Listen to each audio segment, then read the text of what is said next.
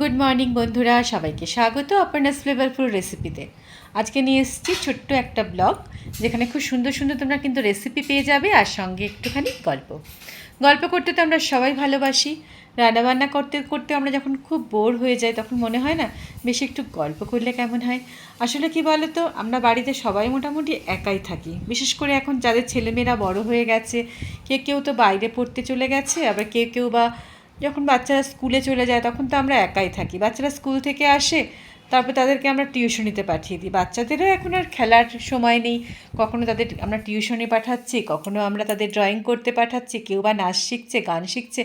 আসলে এগুলো না শিখলেও তো নয়, আমাদের সময়টা চলে গেছে। এখন বাচ্চাদের কাছে অনেক অনেক টাফ হয়ে গেছে লাইফটা, তাই আমরাই তাদেরকে নানা রকম জায়গায় ঢুকিয়ে দিচ্ছি যে তোমরা এটা করো ওটা করো। না হলে কি হয়, বাচ্চারা সব সময় একটা মোবাইল নিয়ে বসে থাকবে, নয়তো টিভি দেখতে থাকবে।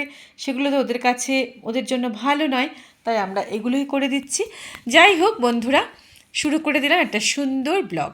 আজকে একটু আলু কেটে নিলাম। আলু আর পনিরের তরকারি করব। আমি একটু আলু আর পেঁয়াজ দিয়ে পনিরের তরকারি করব।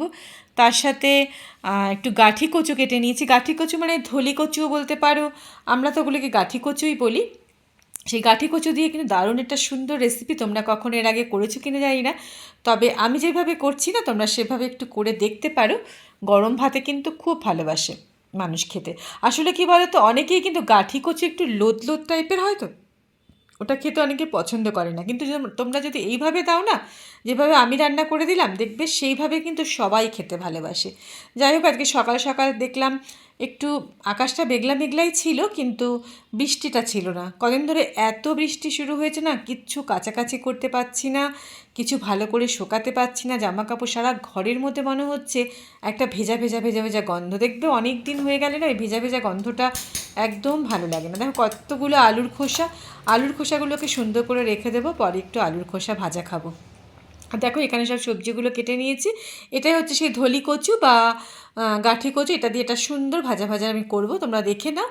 আর আমি সয়াবিনটা রান্না করবো, সয়াবিন না, পনির রান্না করার জন্য এগুলো কেটে নিয়েছি। ফুলকপি ভাজা করব, তার জন্য ফুলকপিটাকে একটুখানি গরম জলে হলুদ আর নুন দিয়ে না একটুখানি হালকা বয়েল করে নিয়েছি। তো চলো বন্ধুরা, রান্নাগুলো শুরু করে দিই। রান্না করতে করতে তোমাদের সাথে কিছু গল্প করতে থাকি। যাই হোক, এটা ভাজা ভাজা করবো বলে আচ্ছা, প্রথমে ভেবেছিলাম কি পনিরের তরকারির সাথে আমি ওগুলো দেবো, কিন্তু এখন ভাবলাম না, একটু ভাজা ভাজা করে নিই। আর পনিরটা শুধু রান্না করেছি, একটু পোস্ত বাটা করে নিলাম, আর সামান্য একটু পেঁয়াজ দিয়ে দিয়েছি, কাঁচা লঙ্কা। আসলে কী বলো তো, শুকনো লঙ্কাটা না আমি একদম খেতে পারি না, খেলে আমার এমন পেট জ্বালা করে কি বলবো। একটু আনারসের চাটনি বানাবো। আনারসগুলো কেটে একটুখানি একটা সিটি দিয়ে নিয়েছি, এই যে। এবার একটু মিক্সিতে পেস্ট করে ব্যাস একটু চাটনি বানিয়ে নেব। আজকে আর কাজু কিশমিশ দেবো না। আনারসের চাটনি আমাদের বাড়ির সবাই খেতে খুব ভালোবাসে। আসলে কি বলো তো, আনারসটা না যখন আমি কাঁচা অবস্থায় নিয়ে আসি, ফল হিসেবে আমরা খেতে পারি না, এত টক থাকে না। হতে পারে কখনো কখনো কোনো আনারস মিষ্টি হয়, কিন্তু আমাদের বিলাসপুরে যতবারই আমি আনারস এনেছি একদম টক। সেই টক আনারস একদম খেতে পারি না, তাই আমি এইভাবে চাটনি বানিয়ে নিই। বাসন টাসনগুলোকে ধুয়ে নিচ্ছি। আমি তো আমার দাদারানিকে দিয়ে বাসন ধোয়াই না, ও শুধু আমার জামা কাপড়গুলো ধুয়ে দিয়ে যায়, আর ঘর মোছে, সিঁড়ি মোছে, অনেক কাজ করে। যেগুলো করে দিচ্ছে সেগুলো আমার কাছে অনেক। ও একদিন না আসলে আমার এত অসুবিধা হয়ে যায়, কিন্তু কি করবে, ওরা তো রেগুলার আসতে পারে না, ওদেরও একটু কামাই করতেই হয়। এতগুলো বাড়িতে কাজ করো, ওই ছোট্ট একটা শরীর, রোগা পাতলা, তার মধ্যে এতগুলো বাড়িতে কাজ নিয়েছে যে ও সপ্তাহে রোজ আসতেই পারে না। যাই হোক, বাসনগুলো একটু একটু ধুয়ে নিলাম। এই যেটা আমার চায়ের বাসন, আসলে কি ইন্ডাকশানে বসিয়ে বসিয়ে চায়ের বাসনটা এমন নিষ্ঠা হয়ে গেছে না, ও আমি হাজার চেষ্টা করব, কীরকম হয়ে গেছে, আমি হাজার চেষ্টা করেও আমি এই ইন্ডাকশানের এটাকে পরিষ্কার করতে পারি না। যাই হোক, সঙ্গে সঙ্গে একটুখানি রান্নাঘরের শেলফ টেলফগুলো মুছে নিচ্ছি। আস্তে আস্তে কাজকর্মগুলো শেষ করে নিলে না, আর রান্নাঘর যদি নোংরা থাকে আমার একদম ভালো লাগে না। রান্নাঘরটাকে যখন পরিষ্কার করে নেব তখনই আমার ভালো লাগে। দেখো আকাশটাকে একটু একটু করে কালো করছে, মানে আবার মনে হচ্ছে বৃষ্টি এলো বলে। যাই হোক, দেখে নিচ্ছি এখানে রান্না কত দূর। ব্যাস হয়ে গেল। ওই যে বললাম না ক্যাপসিকাম আর ফুলকপি, ওটা না এখানে একটু ভাজা ভাজা করে নিয়েছি। ভাত হয়ে গেল, ভাত প্রেশার কুকারে করে দিয়েছি।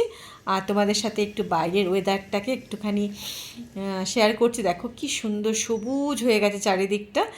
আর এটা হচ্ছে আমার সেই হলুদ ফুল গাছটা, ভর্তি হলুদ ফুল দেয়, এত ফুল দেয় তোমাকে কি বলবো। আর তোমাদের তার সাথে আরেকটা জিনিস দেখাচ্ছি। এই দেখো কে এসছে আমাদের বাড়িতে, ওই যে কোথা থেকে ঢুকে গেছে বুঝতে পারছি না।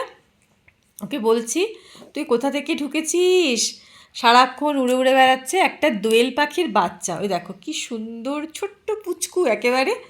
এই তুই কোত্থেকে এসছিস?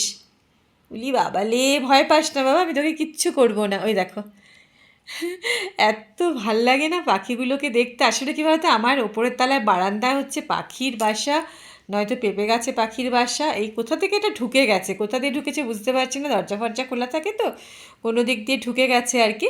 আর এদিক ওদিক উড়ে বেড়াচ্ছে ও বেরোনোর জন্য। আর বাইরে এই দরজাটার বাইরে ওর মা কিচির মিচির করে ডেকেই যাচ্ছে। আমার যখন মনে হয় রাধারানী কাজ করতে এসছে তখন বোধহয় ও কোনোভাবে ঢুকে পড়েছে, আর ওই নিচ থেকে ও বেরোনোর চেষ্টা করছে, কিন্তু ওখান থেকে ও বেরোতে পারবে বলে আমার মনে হয় না।